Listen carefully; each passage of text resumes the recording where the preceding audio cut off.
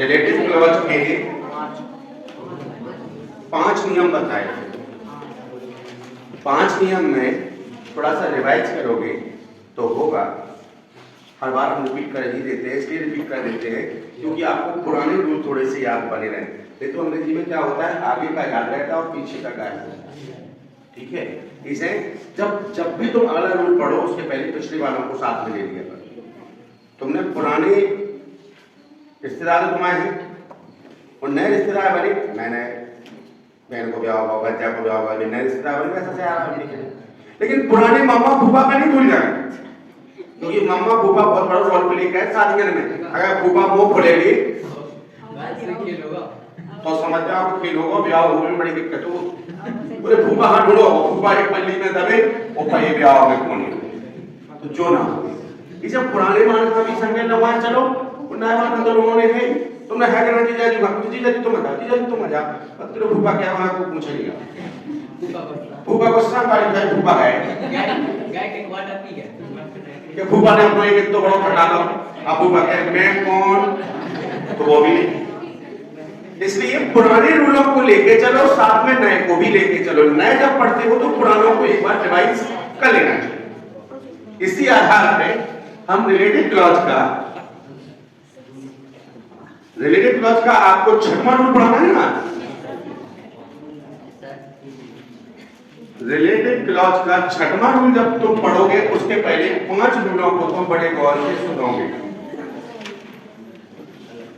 पहला रूल कहता है यदि दोनों वाक्यों में व्यक्ति कर्ता समान होते हैं तो प्रथम कर्ता के बाद वो लगाते हैं, वाक्य पूरा लिखते हैं और दूसरे वाक्य को क्रिया से जोड़ देते हैं। रूल नंबर 2 कहता है यदि प्रथम वाक्य का व्यक्ति कर्म दूसरे वाक्य का व्यक्ति कर्ता बनता है तो प्रथम वाक्य पूरा लिखते हैं, भू लगाते हैं और दूसरे वाक्य को क्रिया से जोड़ देते हैं। ओके, 2 रूल हो गए।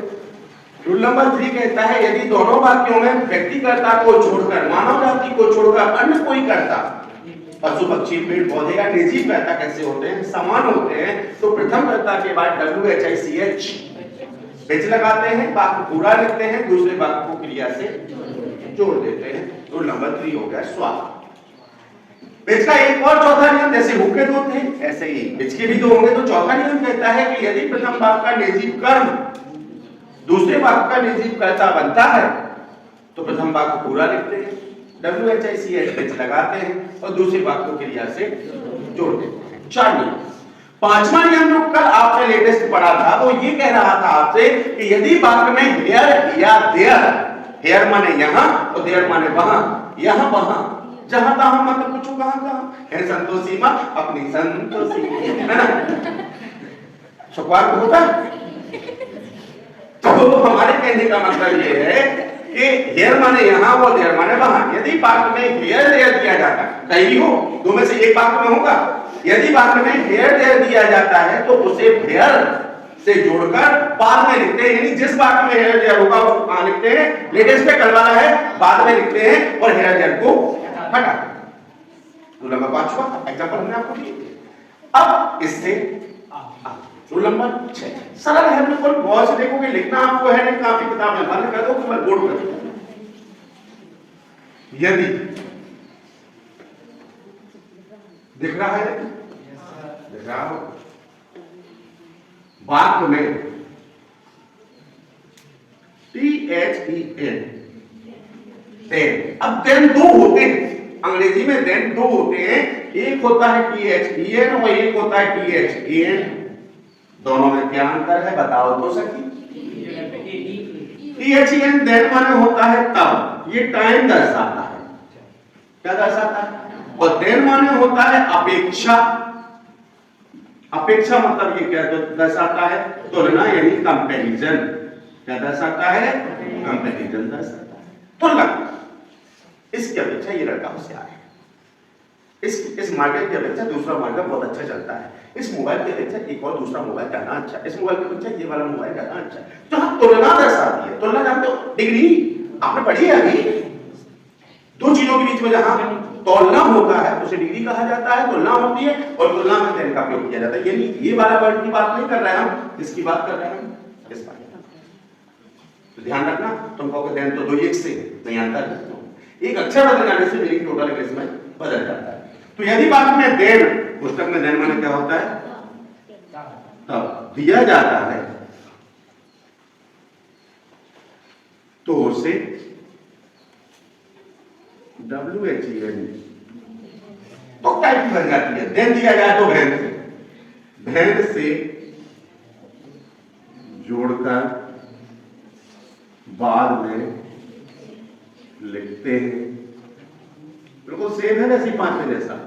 और देन हटा देते, ठीक आई समझ में कछुआ। पढ़ो इसमें एक बार क्या लिखा, यदि बाद में देन दिया जाता है तो उसे भेन से, उसे किसे, जिसमें देन दिया गया हो, तो उसे भेन से जोड़कर बाद में लिखते हैं और देन क्या कर देते हैं, हटा। अब इससे कम समझ में आया होगा तो इससे जाना और करना।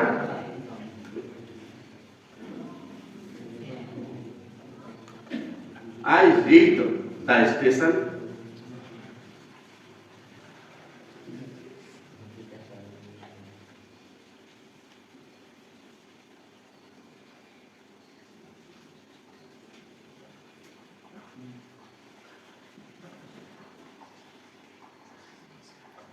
the train had left then। अब दो में से एक वाक्य में देन लगा है, गौर से देखो कौन से में लगा। ये जरूरी नहीं है कि हमने नीचे में लगाया तो आप भी नीचे में लगा मिलेगा, आपको जरूरी नहीं है, हो सकता है ऊपर वाले में देन लगा होता है, उससे कोई फर्क नहीं पड़ता है, देन वाले को बाद में लिखना है। यदि वाक्य में देन दिया जाता है, चलो देन देख लिया, तो उसे मतलब देन वाले वाक्य को भेन से जोड़कर बाद में लिखते हैं। पहले किसको लिखना है, बिना देन वाले वाक्य को, तो होगा आई रीड द स्टेशन, मैं स्टेशन पहुंचा, ऐसे जोड़ना है भेन।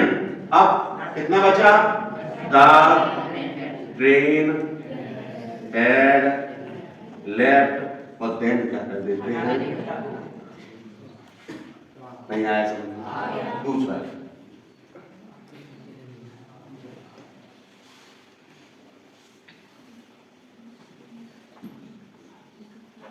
father came then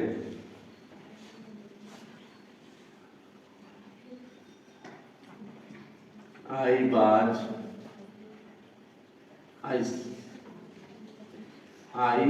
had और slept।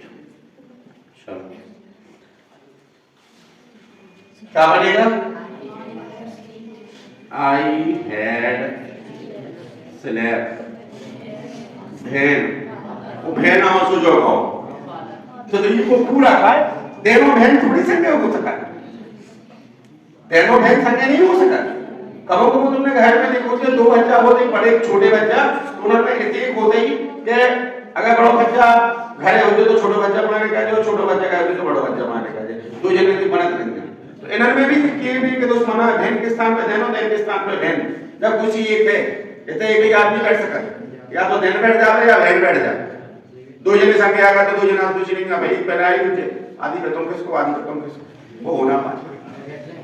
इसलिए 2 में से एक ही रह पाता है, एक कोई बैठेगा, भेन होगा तो भेन बैठ जाएगा और भेन होगा तो देन बैठ जाएगा। एक को हटना पड़ेगा, एक को स्थान को छोड़ना ही पड़ेगा। तो भेन लगा, देन ने स्थान छोड़ा और देन वाले आपको तो बाद में लिखते हैं, देन हटा देते हैं, तो फिर क्या बचा है, भेन फादर के। जी हो गया आपका समझ में आया, कुछ नहीं आया, सीधा सा सिस्टम। और एक एग्जांपल लेते हैं हम,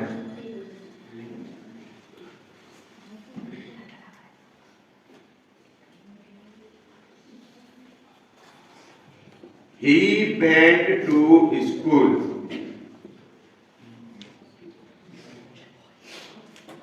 it was raining क्या बनेगा?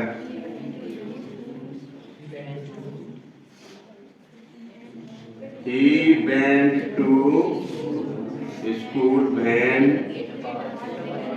it was raining. और ये आया तो समझ में? ये सारे के सारे वाक्य जो तुमने ये बनाया है, ये बनाया है, ये बनाया है, ये तो हमने आपके क्लास से जोड़ दिया रूल नंबर 6 के अनुसार। इनका एक विकल्प और बन सकता है, तो देखना जरा कैसा, अगर आप चाहो तो। लेकिन थोड़ा सा टफ हो जाता है।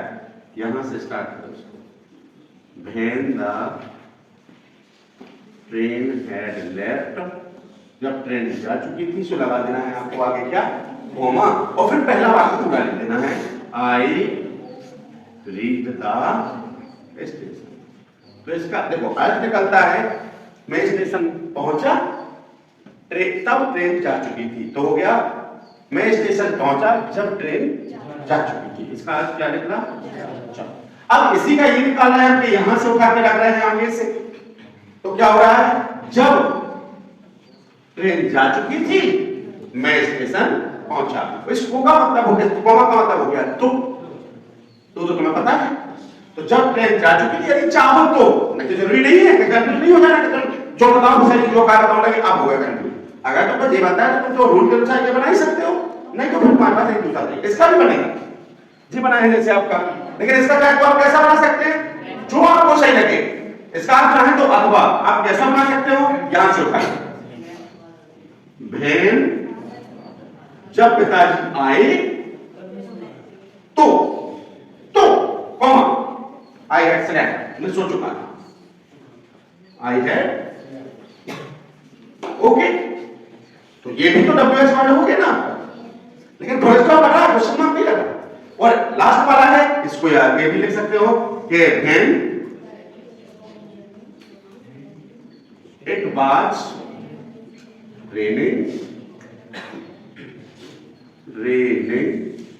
कॉमा, और फिर अब इसको स्मॉल बनाना पड़ेगा, बस याद रखना, he went to school। आज भाई निकला, भाई स्कूल गया तब वर्षा हो रही थी, भाई स्कूल गया जब वर्षा हो रही थी, या फिर हो गया जब वर्षा हो रही थी तो भाई स्कूल। क्लियर? आप अथवा में ऐसा चाहो तो बना सकते हो, यदि आपका मन हुआ तो। और यदि कंफ्यूजन लगने लगे तो आप जो पहला रूल के अनुसार चल रहा है वही आपका सही माना जाएगा, कोई दिक्कत नहीं है।